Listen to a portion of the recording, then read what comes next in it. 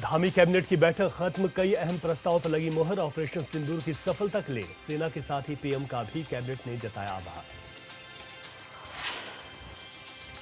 Operation सिंदूर में शहीदों के परिजनों को दी गई सहायता राशि से नाखुश कांग्रेस, बीजेपी प्रदेश अध्यक्ष ने किया पलटवार, कहा शहादत का कोई मूल्य नहीं होता। गौरीकुंड के पास अचेत अवस्था में मिला व्यक्ति, एसडीआरएफ ने स्वास्थ्य केंद्र में कराया भर्ती। औरंगाबाद महाराष्ट्र का रहने वाला है मृतक। बढ़ते साइबर अपराधों को लेकर साइबर कमांडो की विशेष शाखा की स्थापना, 6 माह का दिया जा रहा प्रशिक्षण। उत्तराखंड पुलिस के 72 जवानों का किया गया है चयन। नमस्कार, मैं हूं रवि केंद्रा, हॉर्नबिल टीवी देख रहे हैं आप। खबरों की शुरुआत करते हैं। देहरादून में मुख्यमंत्री पुष्कर सिंह धामी ने कैबिनेट बैठक में ऑपरेशन सिंदूर की सफलता पर भारतीय सशस्त्र बलों के अद्वितीय शौर्य और अदम्य साहस को नमन किया। वीर सैनिकों और प्रधानमंत्री नरेंद्र मोदी के प्रति भी आभार व्यक्त किया। ऐसे में सीएम धामी ने एक्स पर पोस्ट कर कहा, ऐतिहासिक अभियान भारत की सैन्य शक्ति, रणनीतिक सूझबूझ और हर परिस्थिति में राष्ट्र की रक्षा के लिए अडिग संकल्प का प्रतीक है। उन्होंने कहा कि देश को अनेक वीर सपूत देने वाली सैन्य भूमि उत्तराखंड का प्रत्येक निवासी इस गौरवपूर्ण क्षण में पूरे गर्व और सम्मान के साथ राष्ट्र के साथ खड़ा है।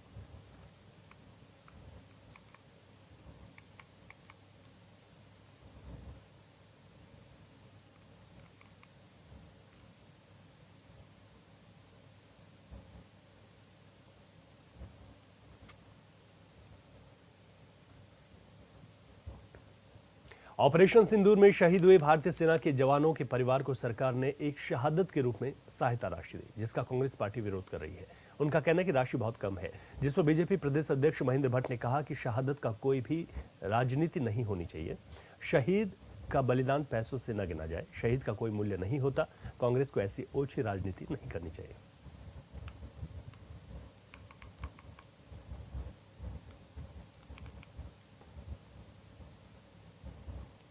देखिए, शहीद की जो बलिदान है उसे पैसों में तोलने का अगर कांग्रेस के लोग काम कर रहे हैं तो ये बहुत ही, मैं उसकी भर्त्सना करता हूँ। शहीद का कोई मूल्य नहीं होता है। शहीद परिवार के लिए आंध्र प्रदेश सरकार हो, भारत सरकार हो, जो अनुमन्य चीज़ है उसको तय करती है। लेकिन इस प्रकार की बयानबाजी अगर कांग्रेस के वरिष्ठ नेता कर रहे हैं तो उस व्यक्ति का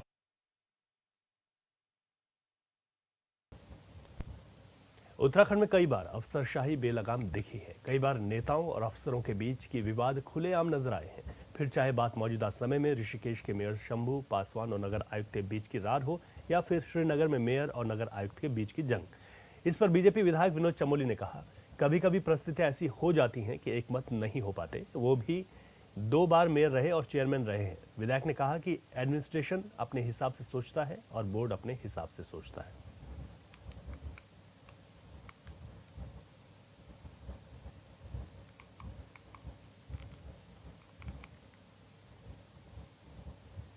पर किन परिस्थितियों में हो रहा है वो मेरे लिए समझना थोड़ा मुश्किल है, क्योंकि मैं भी काफ़ी लंबे समय तक नगर निकायों से जुड़ा रहा हूँ। सभासद भी रहा, चेयरमैन भी रहा और मेयर भी रहा 2 बार। तो कई विषयों को लेकर कई बार एक मत नहीं भी हो पाते हैं, क्योंकि एडमिनिस्ट्रेशन अपने हिसाब से सोचता है और बोर्ड अपने हिसाब से सोचता है। लेकिन वो इस सीमा तक चला जाए तो ये ठीक नहीं है। इसको ठीक करना चाहिए और इस पर पहली जिम्मेदारी मेयर की बनती है कि मेयर को, अधिकारियों को थोड़ा सा टैकल करना चाहिए। लेकिन मेयर ने ये भी कहा है। पाकिस्तान के खिलाफ ऑपरेशन सिंदूर की सफलता से देश भर में बीजेपी तिरंगा यात्रा निकाल रही है, जिसमें सैकड़ों की संख्या में लोग शामिल भी हो रहे हैं। सेना की बहादुरी को सलाम किया जा रहा है। अल्मोड़ा के रानीखेत में आयोजित तिरंगा यात्रा में केंद्रीय राज्य मंत्री अजय टमटा भी शामिल हुए। इस रिपोर्ट में देखिए।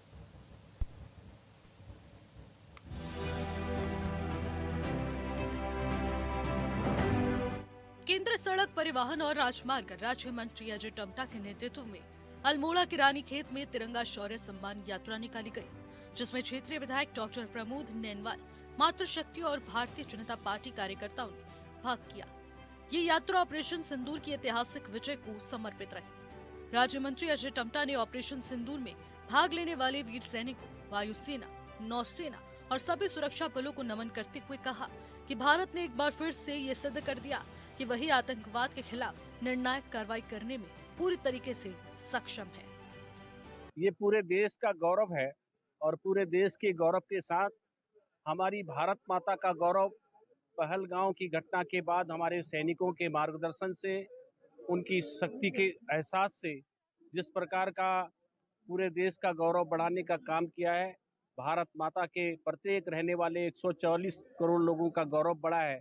और उस गौरव का बढ़ने का एक ही कारण है कि हम सब लोग, हमारे सब सैनिकों ने, पूर्व सैनिकों, हमारे अर्ध सैनिकों ने, हमारे सारे लोगों ने हम सबका मनोबल हमारी सेना का बढ़ाया और उसका परिणाम कि हम सबका तिरंगा का जो सम्मान बढ़ा है।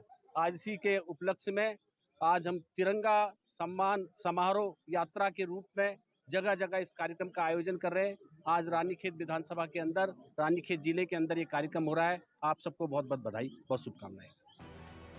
बीजेपी नेताओं ने कहा कि ऑपरेशन सिंदूर के माध्यम से भारत ने न केवल अपने वीर सपूतों की बहादुरी का प्रदर्शन किया, बल्कि आतंकवाद और उसके समर्थकों को ये राष्ट्र संदेश भी दिया कि नया भारत अब इस आतंकी कार्रवाई का जवाब उसी की भाषा में देगा।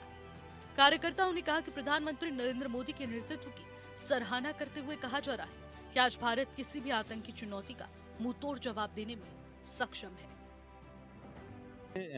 जिस प्रकार कायराना तरीके से पाकिस्तान ने धोखे से आतंकवादी भेज करके पहलगांव में हमारे निरीह पर्यटकों को मारा था, भारतवासियों की हत्या की थी और हमारी बहनों को कहा था कि आप जाके बता दो हमारी शिकायत, तो आदरणीय मोदी जी ने उस सिंदूर की कसम खाई थी कि जब तक हम आतंकवादी को नेस्ता नाबूद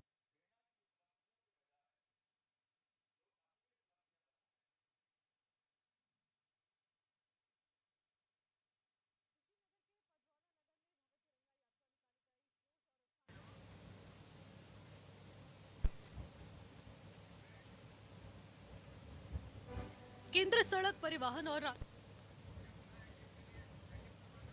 तो आपको बता दें कि रानीखेत में तिरंगा शौर्य सम्मान यात्रा निकाली गई। इस तिरंगा शौर्य सम्मान यात्रा में केंद्रीय राज्य मंत्री भी शामिल हुए और केंद्रीय राज्य मंत्री अजय टम्टा ने कहा कि हमें अपनी सेना के शौर्य और पराक्रम पर गर्व है और जिस तरीके से ऑपरेशन सिंदूर में भारत ने दिखा दिया कि वो किस मजबूत स्थिति में है।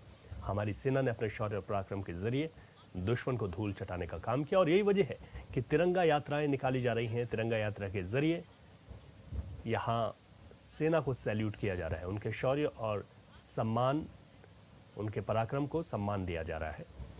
ये यात्रा रानीखेत में निकाली गई जिसमें स्कूली बच्चे, युवा, महिलाएं सभी भारी संख्या में मौजूद रहे।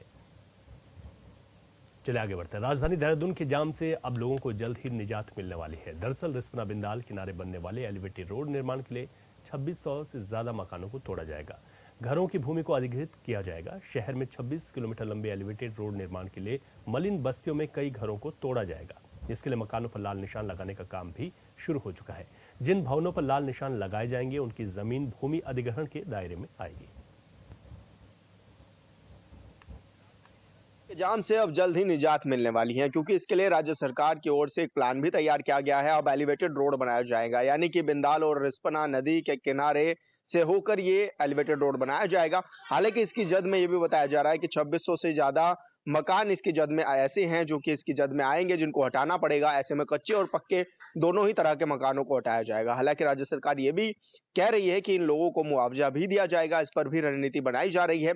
लेकिन एलिवेटेड रोड बन जाने से काफी फायदा भी होगा और जो आवाजाही लोग करते हैं उनको काफी दिक्कतें नहीं होंगी, क्योंकि जब ये एलिवेटेड रोड बनकर के तैयार हो जाएगा तो आवाजाही में सुगमता आ जाएगी और साथ ही जो जाम से जूझते हैं लोग, उस जाम से लोगों को नहीं जूझना पड़ेगा। हालांकि राजधानी देहरादून में हालत बद से बदतर है, क्योंकि जब भी देखो यहाँ पर जाम लगा रहता है और लोग घंटों घंटों ट्रैफिक जाम में ही फंसे रह जाते हैं।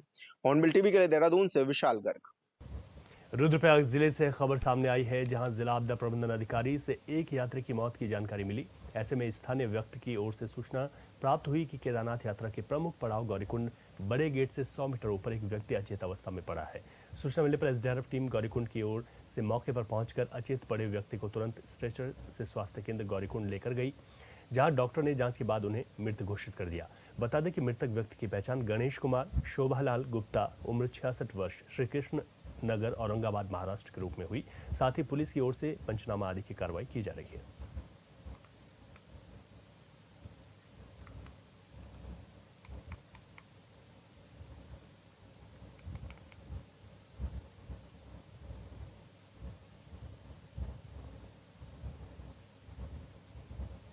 लगातार बढ़ते साइबर अपराधों को देखते हुए अब साइबर कमांडो की विशेष शाखा की स्थापना की जा रही है। इसी के तहत उत्तराखंड पुलिस के भी 72 जवानों का चयन किया गया है और इन जवानों को 6 माह का साइबर कमांडो प्रशिक्षण दिया जा रहा है। बता दें कि साइबर सुरक्षा, digital forensic, threat intelligent, crypto currency और नेटवर्किंग आदि विषयों के मूल सिद्धांतों और अनुप्रयोगों के विषय में प्रशिक्षित कर साइबर सुरक्षा क्षमताओं को बढ़ाया जा रहा है। वरिष्ठ पुलिस अधीक्षक एसटीएफ नवनीत सिंह ने बताया कि चयनित कर्मियों को देश के प्रतिष्ठित आईआईटी संस्थान, राष्ट्रीय फॉरेंसिक विज्ञान विश्वविद्यालय आदि में गहन व्यवहारिक प्रशिक्षण दिया जाएगा, जिससे डिजिटल फॉरेंसिक, घटना प्रतिक्रिया और सूचना और संचार प्रौद्योगिकी के बुनियादी ढांचे को सुरक्षित करने में प्रशिक्षण के दौरान विकसित विशेषज्ञता के अनुसार भूमिकाएं सौंपी जाएंगी।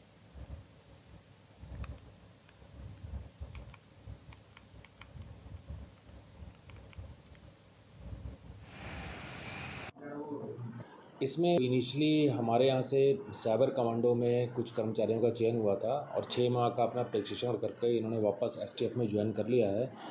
और विगत में जो संवेदनशीलता आई है उसको लेकर एसटीएफ और सीसीपीएस द्वारा एक एडवाइजरी भी जारी की गई।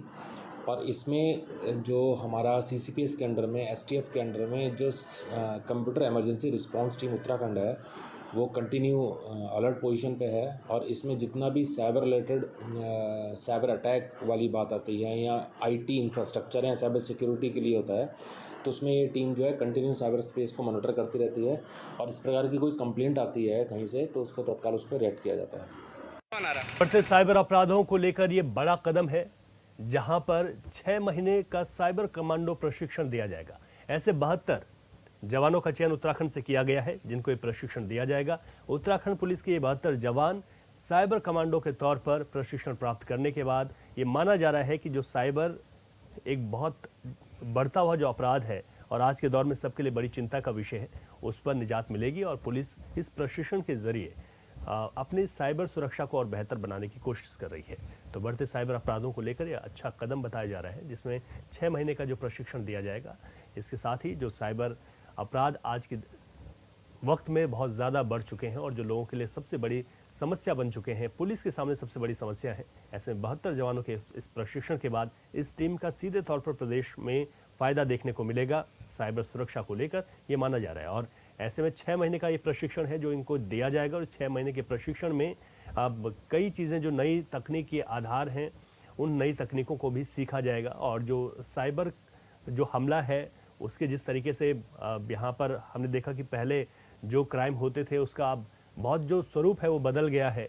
एक नई तकनीक के साथ इन क्राइम को किया जा रहा है और भोले भाले लोगों को या फिर पढ़े लिखे लोगों को भी इसमें झांसे में लेकर उनके साथ ठगी हो जाती है। और विस्तार से जानकारी के साथ संवाददाता योगेश आर्य इस वक्त फोन लाइन पर है। योगेश, साइबर कमांडो का प्रशिक्षण कितना बेहतर हो सकता है उत्तराखंड के लिए और इस प्रशिक्षण को लेकर क्या कुछ तैयारियां कहाँ पर दिया जाएगा और इसके बाद जो रिजल्ट होंगे साइबर अपराध को रोकने के वो कितने बेहतर हो सकते हैं?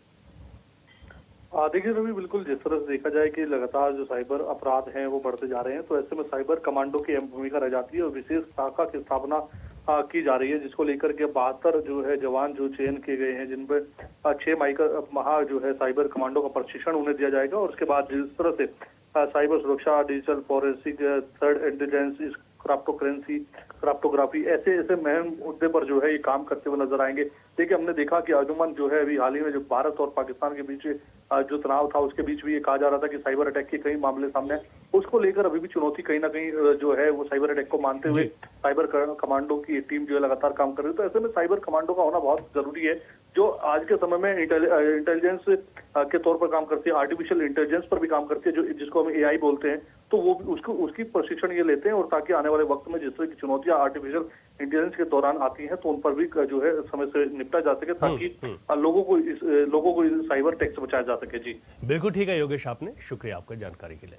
16 मई को हर साल डेंगू दिवस मनाया जाता है। संकल्प लिया जाता है कि हम सभी अपने आसपास स्वच्छता बनाए रखेंगे और डेंगू जैसी जानलेवा बीमारी को जड़ से समाप्त करने में सक्रिय सहयोग करेंगे। राष्ट्रीय डेंगू दिवस पर उत्तराखंड के सीएम ने क्या कुछ कहा, रिपोर्ट में आपको दिखाते हैं।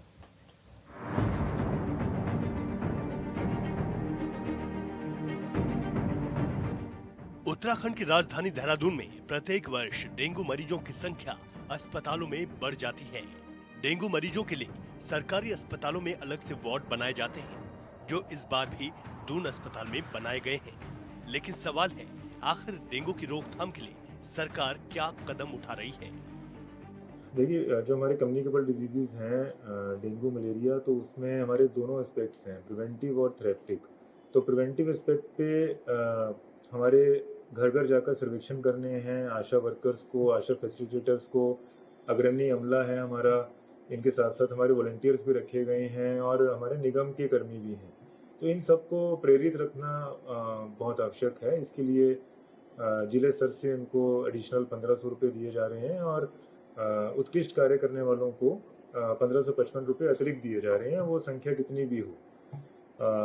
इसके साथ साथ जो हमारे वॉलंटियर्स रखे हैं उनको सुपरविजन भी आशा फैसिलिटेटर्स को दिया गया है, ताकि वो उनके नियंत्रण में रहकर, उनके सुपरविजन में रहकर कार्य करें। और लार्वा सोर्स रिडक्शन बहुत इम्पोर्टेंट है, तो घर घर जाकर हमको राउंड्स जो हैं वो इंटेंसिफाई करवाने हैं, इसलिए फोकस उस पर किया गया है। देहरादून के जिलाधिकारी ने बताया कि डेंगू की रोकथाम के लिए घर घर सर्वेक्षण से लेकर दवाओं और जांच व्यवस्था तक खास तैयारियां की जा रही हैं। सविन बंसल ने बताया कि आशा वर्कर्स, वॉलंटियर्स और निगम कर्मियों की टीमें घरों में जाकर लार्वा की जांच और उसे नष्ट करने का काम कर रही हैं। इन सभी को जिला प्रशासन की ओर से अतिरिक्त प्रोत्साहन राशि भी दी जा रही है। इसके साथ ही सरकारी अस्पतालों में डेंगू से निपटने के लिए दवाइयाँ, टेस्ट किट्स, एलिजा मशीन और ब्लड यूनिट्स बढ़ाए गए हैं। सरकारी अस्पताल हैं, वहाँ पर हमारे रिसोर्सेज, मशीनरी, किट्स वो पर्याप्त मात्रा में रहनी चाहिए। तो चाहे हमारी एलिजा मशीन्स हों जो डायग्नोसिस करती हैं, या फिर हमारे ब्लड सेपरेटरी यूनिट्स हों, उन सब की संख्या में इजाफा किया गया है और फंड्स यहाँ जिला लेवल से कंसर्न हॉस्पिटल्स को प्रदत्त किए गए हैं। और थर्डली जो हमारे कंज्यूमेबल्स हैं, किट्स हैं, उनका ऑलरेडी स्टॉक कर लिया गया है। फिर जो प्राइवेट हॉस्पिटल्स हैं, प्राइवेट लैब्स हैं, क्लिनिक्स हैं, उनके दर निर्धारित भी कर दिए गए हैं। यदि उससे ऊपर दर चार्ज की जाती है तो strict action will be taken against those private hospitals and. जिला अधिकारी सविन बंसल ने बताया कि निजी अस्पतालों और लैब्स में डेंगू जांच के रेट तय कर दिए गए हैं। अगर कोई भी निर्धारित दर से ज्यादा पैसा मांगता है, उस पर कार्रवाई की जाएगी। इधर राष्ट्रीय डेंगू दिवस पर राज्य के मुखिया पुष्कर सिंह धामी ने एक्स पर पोस्ट में लिखा, राष्ट्रीय डेंगू दिवस के अवसर पर आइए हम सभी संकल्प लें कि अपने आसपास स्वच्छता बनाए रखेंगे और डेंगू जैसी जानलेवा बीमारी को जड़ से समाप्त करने में सक्रिय सहयोग करेंगे। मच्छरों को पनपने से रोकना हमारी छोटी छोटी आदतों से ही संभव है। घरों और आसपास के क्षेत्रों में पानी जमा न होने दें। गमलों, कूलरों और टंकियों की नियमित सफाई करें और साफ सफाई को अपनी रोजमर्रा की दिनचर्या में शामिल करें। Bureau report, hornbill TV.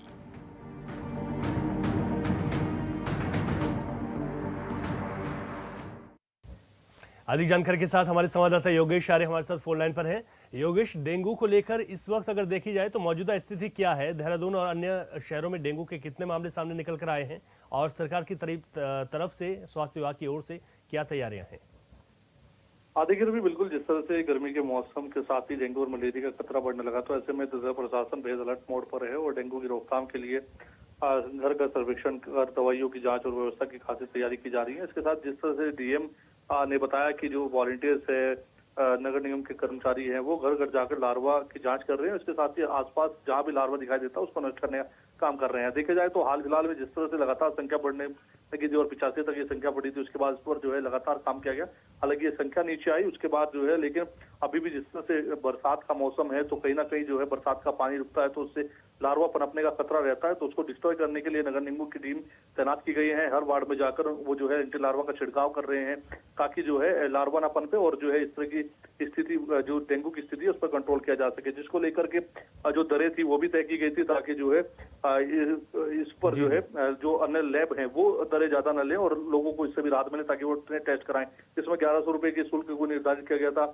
500 रुपए तक इसमें शुल्क है, जिसमें 500 से 1100 तक का शुल्क जो है वो ले सकते हैं। अगर इससे अधिक लेंगे तो अगर उसकी जो शिकायत है वो की जाएगी तो उस पर भी कार्रवाई की जाएगी। इसके अलावा जो वो अगर देखा जाए तो जो लैब्स है उनकी जांच के साथ साथ ही जो आशा वर्कर हैं उनको भी जो है इसके लिए लगाया गया है कि ताकि वो भी गली मोहल्ले में जाकर के लोगों को अलर्ट करें और जो लार्वा है वो ना पनपे, जिससे जो है इसकी जो संख्या है उनका इजाफा ना हो पाए। जी बिल्कुल, आप ठीक कह रहे हैं। आप कह रहे हैं योगेश कि एक तरफ स्वास्थ्य विभाग की तैयारियां हैं, लेकिन दूसरी तरफ लोगों को भी इसमें जागरूक होने की आवश्यकता है। शुक्रिया आपका। उत्तराखंड में चारधाम यात्रा जारी है। 30 अप्रैल को मां गंगा और यमुना के कपाट खुलने के साथ ही इस बार चारधाम यात्रा की शुरुआत हुई। 2 मई को बाबा केदार और 4 मई को बद्रीनाथ धाम के कपाट खुलने के बाद से ही बड़ी संख्या में श्रद्धालु उत्तराखंड पहुंच रहे हैं। चारधाम यात्रा में इन 15 दिनों में करीब 7,50,000 से ज्यादा श्रद्धालु दर्शन कर चुके हैं। वहीं चारधाम यात्रा में पहुंचने वाले श्रद्धालु भी सरकार की व्यवस्थाओं की खुलकर तारीफ करते दिखाई दे रहे हैं। उधर विपक्ष सरकार के दावों पर सवाल उठा रहा है। इस रिपोर्ट में देखिए।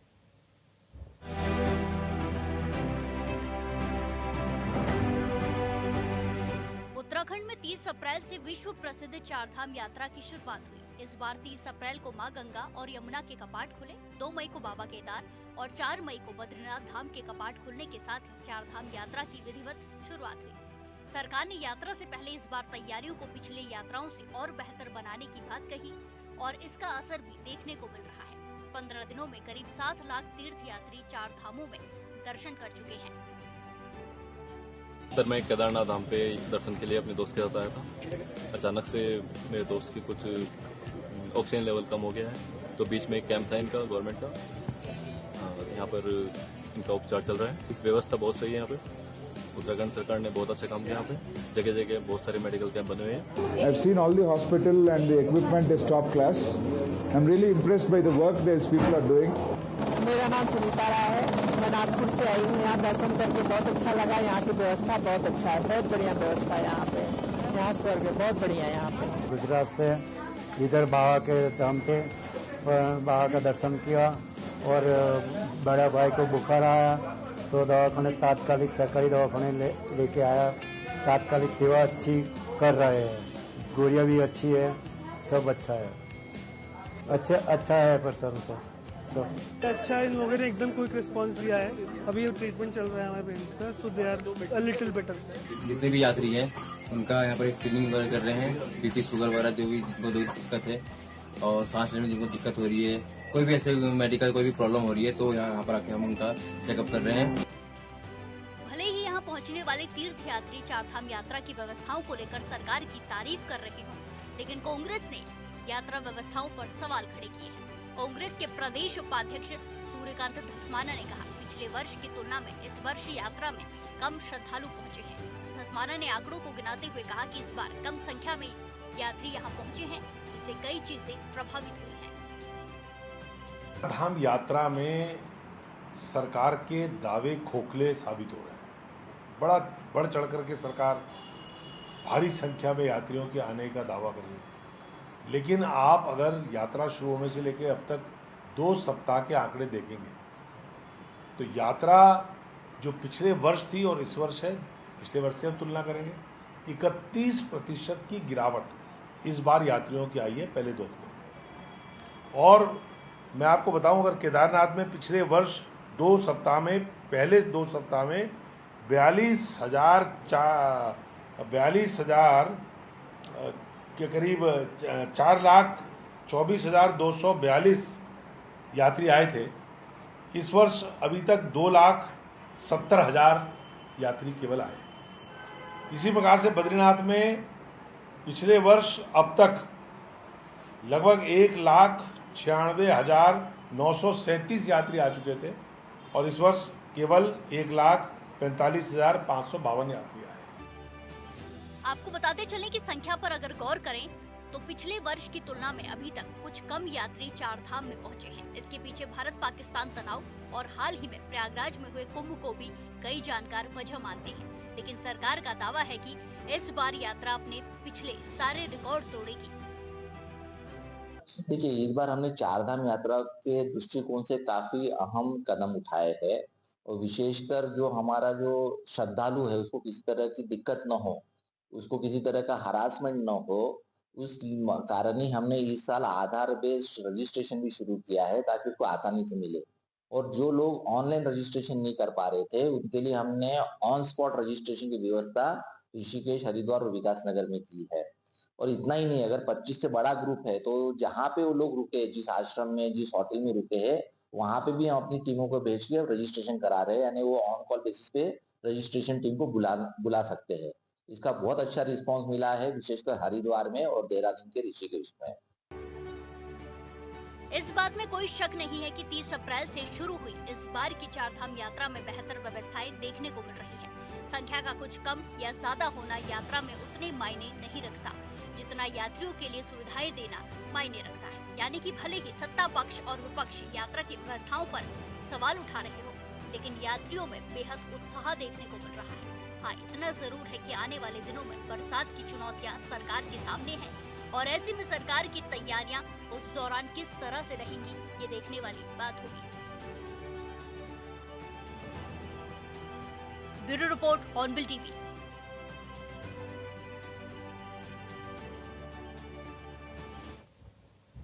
और इस बुलेटिन में अभी के लिए इतना ही। खबरों से अपडेट रहे और देखते रहे हॉर्नबिल टीवी। इजाजत दीजिए, नमस्कार।